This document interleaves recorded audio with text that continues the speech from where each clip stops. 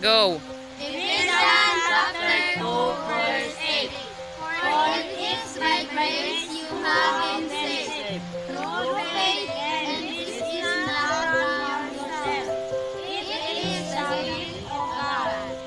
1 Thessalonians chapter 5 verses 16 to 23. Rejoice always, pray continually, give thanks in all circumstances, for this is God's will For you in Christ Jesus.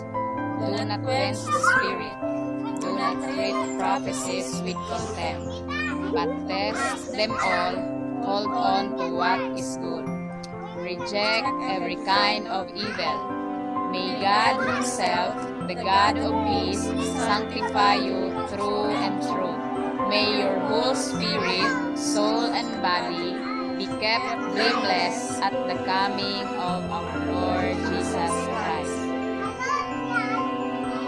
John chapter 13 verse 34 to 35. A new command I give you, love one another as I have loved you, so you must love one another.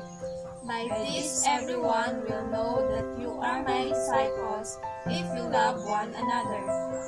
Romans chapter 12 verse 1 and 2. Therefore, I urge you, brothers and sisters, in view of God's mercy, to offer your bodies as a living sacrifice, holy and pleasing to God.